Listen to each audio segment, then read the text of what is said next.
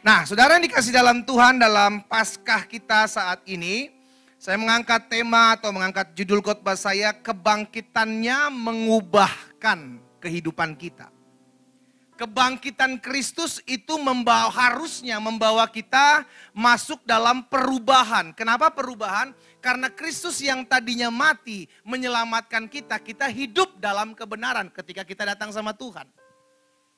Perubahannya apa? Kita yang tadinya tinggal dalam kegelapan, sekarang diangkat Kristus tinggal dalam terang Tuhan yang ajaib. Ada perubahan. Sehingga saya percaya betul orang Kristen yang katanya ngakunya orang percaya harusnya mengalami perubahan. Dalam kehidupan keseharian, baik dalam berumah tangga, dalam berbisnis, dalam bekerja, harus menunjukkan terang. Bukan sama lagi dengan orang-orang dunia menghalalkan segala cara, saudaraku. Itu sebabnya saya mengajak setiap kita untuk mengerti bahwa ketika kita menyadari Yesus Kristus sudah bangkit dari kematian, maka harusnya hidup kita bangkit dari setiap dosa dan pelanggaran. Katakan amin. Jangan lagi tetap tinggal, jangan lagi merasa nyaman dalam dosa dan pelanggaran kita. Berbahaya kalau kita pikir ya gak apa-apalah kan Tuhan Yesus mengampuni saya. Betul, Tuhan mengampunimu. Tetapi ingat firman Tuhan bilang, apa yang kau tabur itu yang akan kau tuai. Itu yang akan kau tuai. Engkau menabur dalam daging, engkau akan menuai kebinasaan. Tapi kalau engkau menabur dalam roh, engkau akan menuai hidup yang kekal. Di mana kita menabur? Kalau engkau menabur terus dalam dosamu, dalam pelanggaranmu, sambil berkata, ya nanti kan aku bisa minta ampun lagi sama Tuhan. Siap-siap aja. Engkau sedang menabur sesuatu yang engkau akan tuai, saudaraku. Dan kita gak pernah tahu kapan kita menuai apa yang kita tabur. Itu sebabnya kita mesti sadar bahwa perubahan itu harus terjadi. Pelan tapi pasti, gak apa-apa lama, tetapi harus berubah. Sama-sama taruh tangan kanan kita di dada, sama-sama bilang sama saya harus mengalami perubahan. Biarpun sedikit, engkau harus maju. Perubahannya bukan perubahan semakin mundur. Perubahannya semakin maju. Kita lihat sama-sama 2 Korintus pasal 5 ayat yang ke-17. 2 Korintus pasal 5 ayat 17 bilang seperti ini. Jadi siapa yang ada dalam Kristus, apa dibilang? Ia adalah ciptaan baru. Yang lama sudah berlalu, sesungguhnya yang baru sudah datang. Kalau ada orang yang belum mengenal Yesus, hidupnya jahat, ngomongin orang, fitnah sana, fitnah sini, menghalalkan segala cara, pakai kuasa kegelapan. Ya gak apa-apa, dia belum kenal Yesus kok.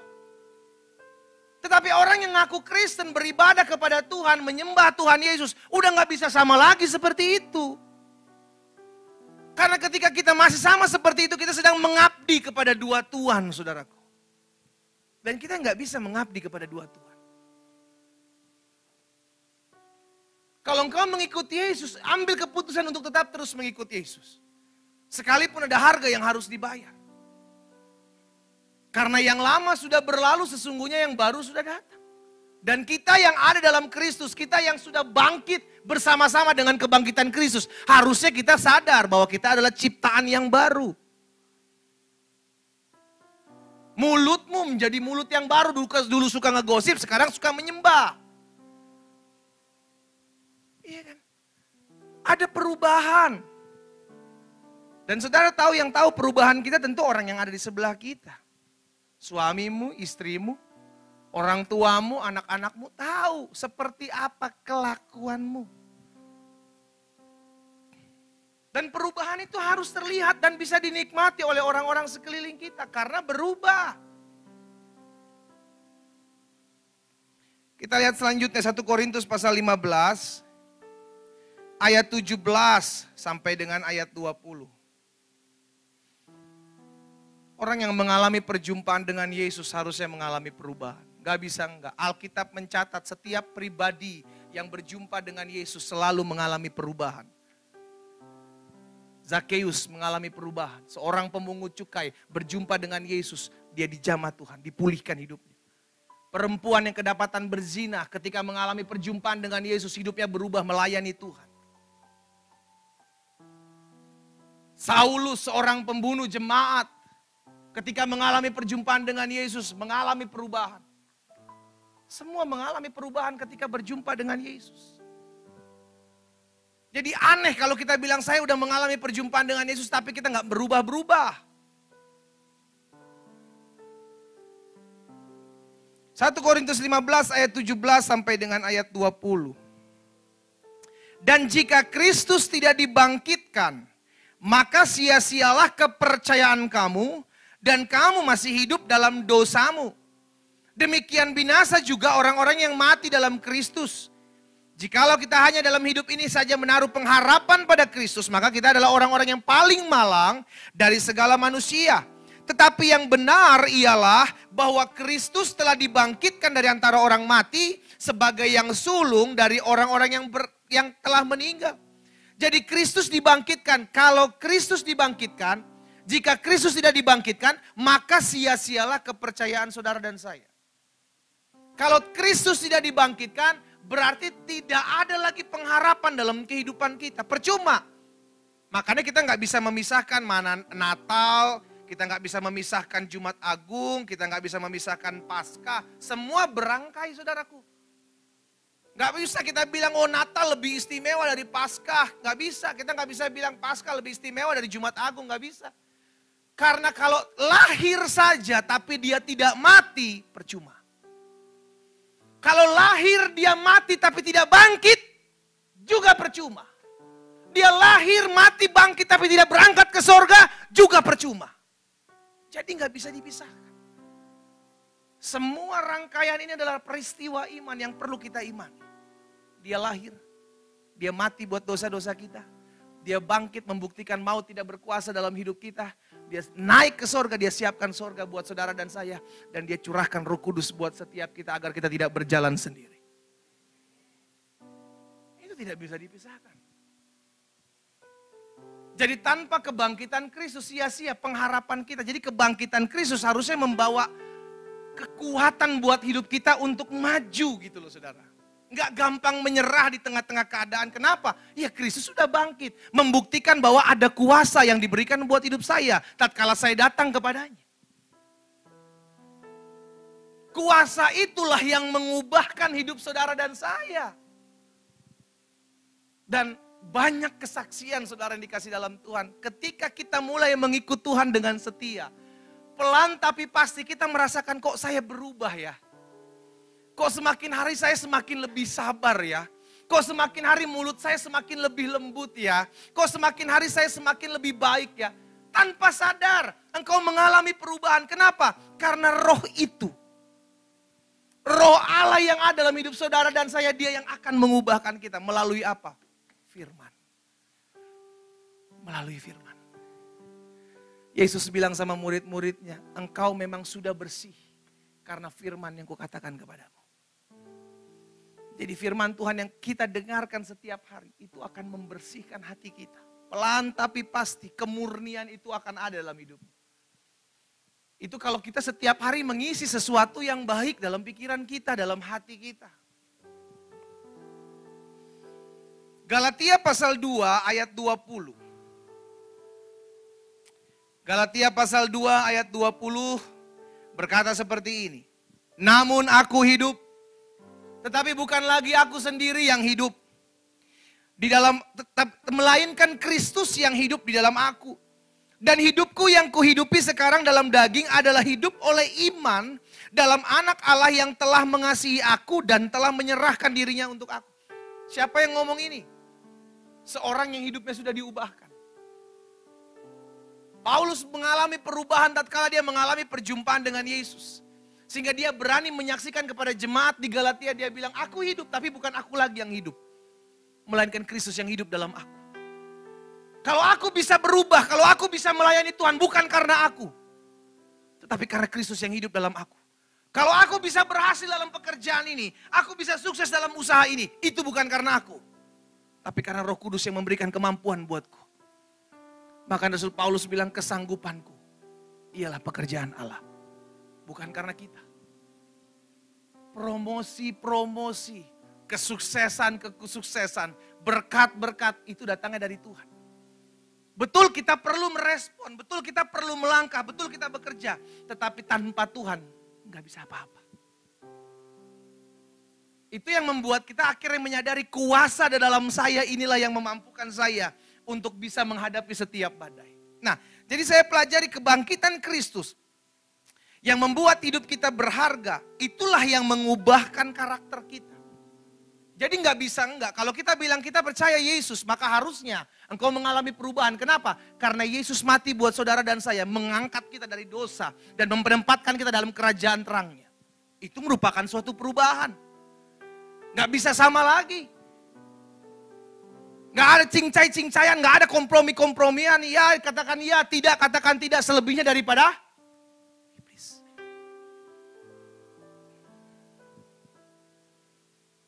Nggak bisa kita hidup di dalam dua dunia, saudara.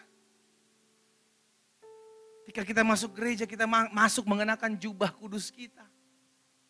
Kita keluar dari gereja, kita pakai kelakuan kita yang lama. Nggak bisa. Kau akan alami ketidaktenangan dalam hatimu. Nah, karena kebangkitan Kristus yang seharusnya membawa perubahan dalam hidup kita ada bagi kita. Dan kita percaya Yesus sudah bangkit. Maka harusnya kita juga yakin bahwa saya bisa mengalami perubahan. Karena Kristus sudah bangkit. Nah, jadi pertanyaan, perubahan apa yang terjadi dalam kehidupan saya? Yang pertama saya pelajari. Perubahan yang Tuhan Yesus bawa dalam kehidupan kita melalui kebangkitannya. Kebangkitan Kristus mengubah cara pandang kita dalam kita menghadapi setiap masalah. Dulu sebelum kita mengenal Kristus, kita bilang masalah adalah parah. Dulu sebelum kita mengenal Kristus, kita menghadapi masalah, kita bisa stres. Tapi sekarang ketika kita mengalami kebangkitan Kristus, ada masalah, seharusnya kita hadapi, kita bilang, Yesus saja mati buat saya, masa Yesus nggak tolong saya? Jadi masalah ketika kita mengalami kebangkitan Kristus, kita bukan lihat masalah itu sebagai masalah, saudaraku. Kita lihat masalah itu sebagai berkat. Sama-sama bilang sama saya, masalah adalah berkat. Jadi cara pandang kita melihat masalah udah berbeda dengan cara orang dunia melihat masalah. Coba lihat kanan kiri Bapak Ibu. Kira-kira muka itu muka ada yang masalah nggak? Hah? Muka-muka ada pergumulan nggak? Muka-muka yang berbeban berat enggak?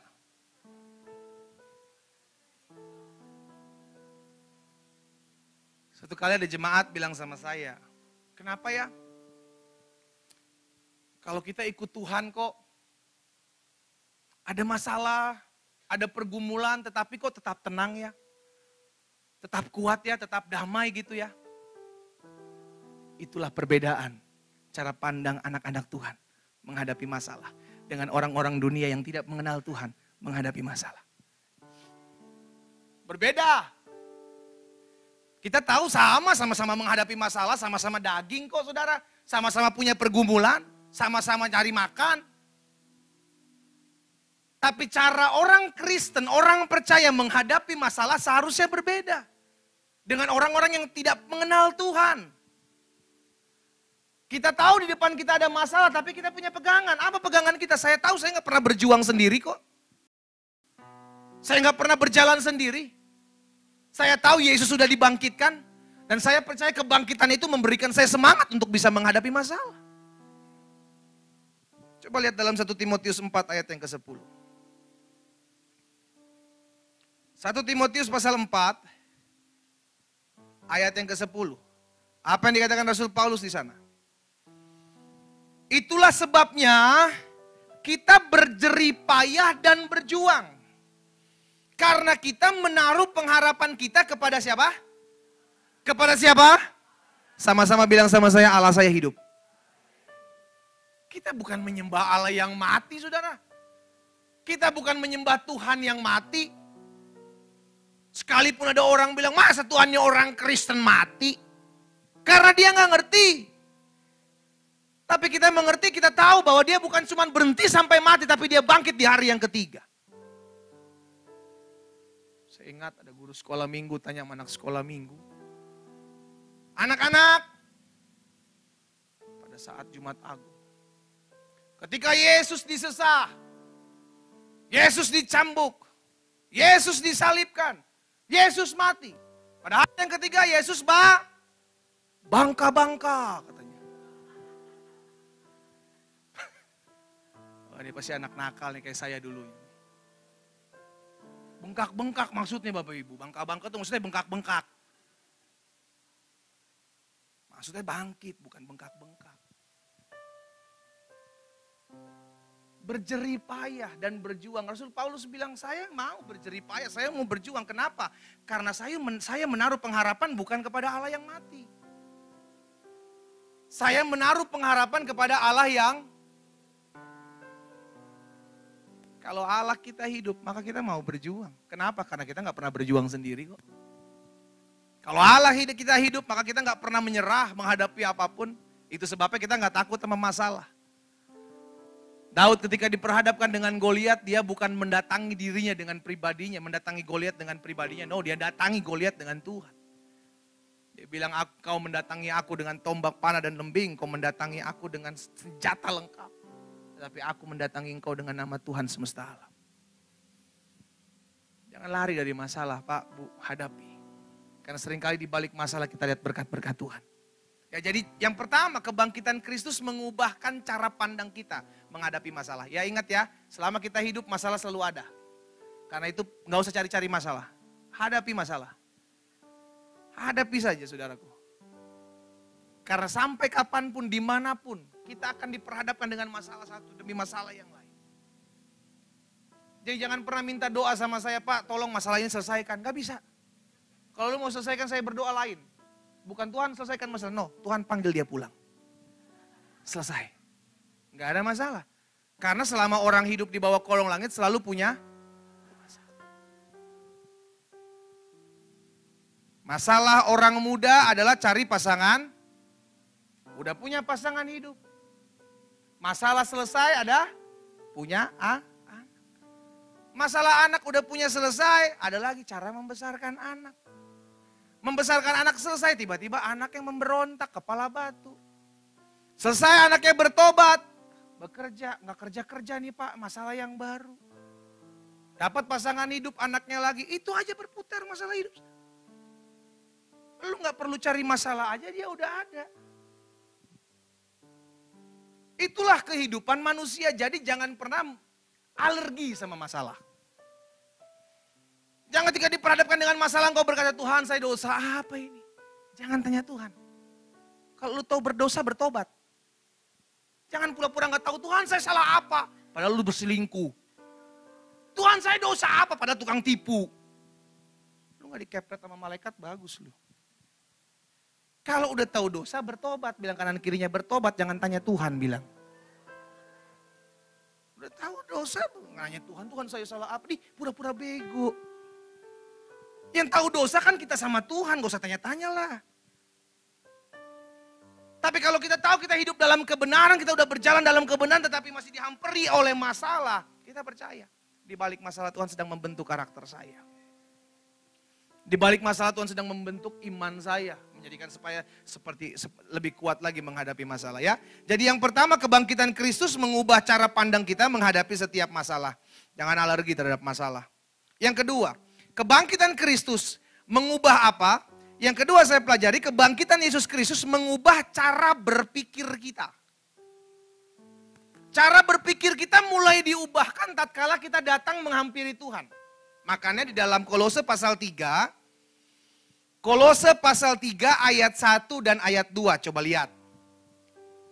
Kolose pasal 3 ayat 1 dan ayat 2. Karena itu kalau kamu dibangkitkan bersama dengan Kristus, carilah apa? Perkara yang di atas di mana Kristus ada, duduk di sebelah kanan Allah. Ayat 2. Pikirkanlah perkara yang di atas, bukan yang di bumi. Jadi kalau kita hidup sudah dibangkitkan bersama-sama dengan Kristus, mengalami kebangkitan Kristus, maka harusnya cara pikir kita diubah. Apa maksudnya cara pikir kita diubah? Pikirkanlah perkara-perkara yang di atas, bukan perkara yang di bawah. Maksudnya apa? Yesus pernah mengumpamakan, bukan mengumpamakan. Yesus pernah menyampaikan, carilah kerajaan Allah serta kebenarannya terlebih dahulu. Itu fokus kepada firman, itu fokus kepada Allah, itu fokus kepada perkara di atas. Dampaknya apa? Maka segalanya akan ditambahkan dalam kehidupanmu. Apa Apa yang kita pikirkan hari-hari ini? Apa yang kita kejar hari-hari ini? Perkenanan Tuhan atau berkat Tuhan? Hah? Itulah yang harus kita kejar. Kenankan dulu hidupmu dalam kehadapan Tuhan. Otomatis berkat-berkat Tuhan ada dalam hidupmu. Jangan dibalik, jangan kejar berkatnya dulu. Sehingga sampai hari Minggu lu masih dagang. Gak ada di gereja ini, haleluya. Ya kan? Orang kalau belum diubah pola pikirnya dengan kebangkitan Kristus, sorry saudara, money oriented. Cuan, cuan, cuan dan dia nggak pikir bahwa bangsa Israel keluar setiap hari itu mana turun. Tapi cuman khusus di hari ke-6 mana double. Kenapa double? Karena hari selanjutnya lu nggak boleh cari mana. Mana nggak akan turun, lu ibadah. Kenapa? Karena memang udah disiapkan satu hari untuk datang sama Tuhan. Beribadah. Bukan cuma hanya sekedar mencari Tuhan, tapi lu juga perlu istirahat dari kerja. Kenapa? Karena handphone aja kalau kerja terus korslet. Lihat kanan kirinya bilang, apalagi otak lu. Mesin Bapak Ibu, mesin kalau diputer terus panas. Makanya ada istilah workaholic itu apa? Kerja banting, hati-hati sama tulang kau. Kerja putar, kerja peras. Bayangin banting tulang, putar otak, peras keringat. Otak kalau diputar dikit aja nih, set, ngacai bos. Kegoncang aja sedikit otakmu ini ngacai. Di mana saya? Di mana saya? Apalagi putar otak. Nah istilah-istilah seperti itu dipakai oleh orang yang workaholic. Yang gak ada kerjanya. Tapi kan pendeta kita perlu hidup, betul. Kita perlu memberi makan suami, memberi makan istri, memberi anak-anak. Makan, saudara lupa. Ketika engkau workaholic, ketika engkau bekerja terus tanpa engkau sadari hubunganmu dengan anak, hubunganmu dengan istri, hubunganmu dengan suami terhilang. Walaupun kau mempersiapkan sesuatu yang kau pikir buat mereka. Tapi engkau lupa hubunganmu terhilang. Dan waktu tidak bisa diulang. Gak bisa diulang. Jadi fokus kita ketika kita mengerti bahwa kebangkitan Kristus mengubah cara pikir kita. Maka saya mesti berpikir, fokus saya adalah carilah kerajaan Allah serta kebenaran terlebih dahulu. Fokus saya adalah pikirkan perkara-perkara yang di atas. Kenapa? Sederhana, hidupmu gak lama kok. 70-80 tahun kalau kuat. Setelah itu apa? Sama-sama bilang pulang. Pulang. Saudara yang dikasih dalam Tuhan, saya mengajak setiap umat Tuhan. Ayo, biarlah kebangkitan Kristus ini mengubah cara berpikir kita. Ya. Cara berpikir kita mesti ubah. Saya percayalah Tuhan pelihara hidup kita. Setiap hari mana tuh turun loh saudara. Bangsa Israel gak buat apa-apa, dia cuma ambil, oh mana dia ambil, dia olah. Dibikin ini, dibikin itu. Setiap hari. Oh berarti setiap hari kita gak perlu kerja? Bukan. Kan mana turun. Bangsa Israel perlu ngambil gak? Ngambil itu kerja. Olah gak? Olah itu kerja. Tetapi semua karena anugerah. Semua karena kasih karunia. Semua karena berkat Tuhan. Itu yang turun. Baru kita kerjakan. Tapi jangan lupa. Tuhan juga bilang ada hari di mana engkau mesti beristirahat. Fokus. Karena orang yang mengejar dunia gak akan pernah puas saudara. Sama kayak engkau beli handphone Samsung. Gak selesai-selesai Samsungmu. Mulai dari S1, S2, S3, sampai sekarang S berapa? S12. Tangkis dah tuh. Saya pikir cuma sampai S3 selesai. Enggak, S12. Itu kalau belum Tuhan Yesus datang bisa sampai 100. Kalau kita mau kejar itu enggak habis-habis. Enggak selesai-selesai. Alkitab bilang begini, mata tidak pernah puas untuk melihat, telinga tidak pernah puas untuk mendengar. Dalam hidup manusia selalu ada yang namanya ketidakpuasan. Makanya saudara-saudara kita boleh menikah 4 istri. Istri boleh? Gak bisa, suami doang. Gak bisa. Kenapa? Karena yang mendapatkan firman si laki-laki. Kalau yang firman perempuan juga dia bilang, oh saya juga dengar firman. Katanya boleh 3 suami. Selesai dah tuh. Saudara, karena puasan. Ngeri, ketidakpuasan ini membuat orang menghalalkan segala cara. Bahkan Tuhan Yesus dengan jelas mengatakan, cukupkanlah dirimu dengan gajimu. Ada. Belajar mencukupkan diri dengan apa yang menjadi kepunyaan. Karena kalau orang belajar mencukupkan diri dengan apa yang menjadi kepunyaan orang, dia gak akan ngambil punya orang lain. Saya gak ngambil punya orang lain, Pak. Saya cuma memindahkan dari tempat dia ke tempat saya. Ya apa itu namanya? Saudara dikasih dalam Tuhan belajar. Perkara-perkara di atas pikirkanlah. Karena akan ada waktunya. Di mana semuanya akan disingkapkan. Yang terakhir, yang ketiga. Kebangkitan Kristus seharusnya membawa perubahan dalam kehidupan kita. Yang pertama, kebangkitan Kristus mengubah cara pandang kita menghadapi setiap masalah. Yang kedua, kebangkitan Kristus mengubah cara berpikir kita. Kita memikirkan perkara-perkara yang di atas, perkara-perkara di mana Kristus ada. Dan yang ketiga, kebangkitan Kristus mengubah ketakutan kita dalam kita menghadapi kematian. Seharusnya orang-orang yang percaya kepada Yesus Kristus dan mengalami kebangkitan tidak lagi takut yang disebut dengan kematian.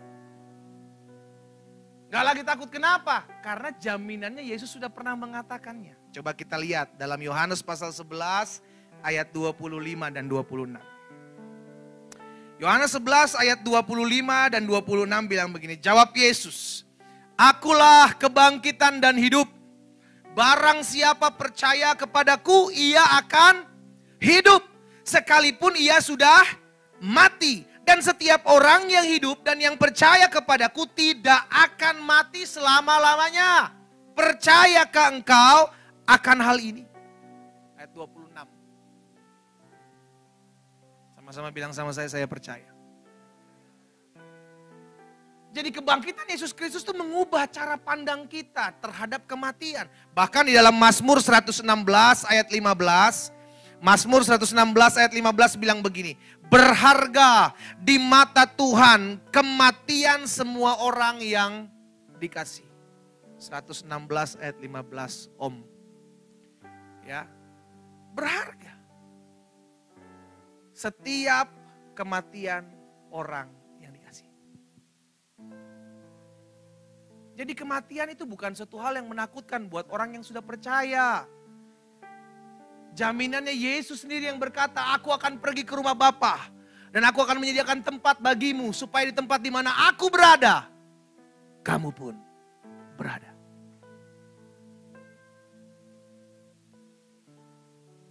Kematian bukanlah akhir dari segala-galanya. Justru kematian adalah awal dari segala-galanya.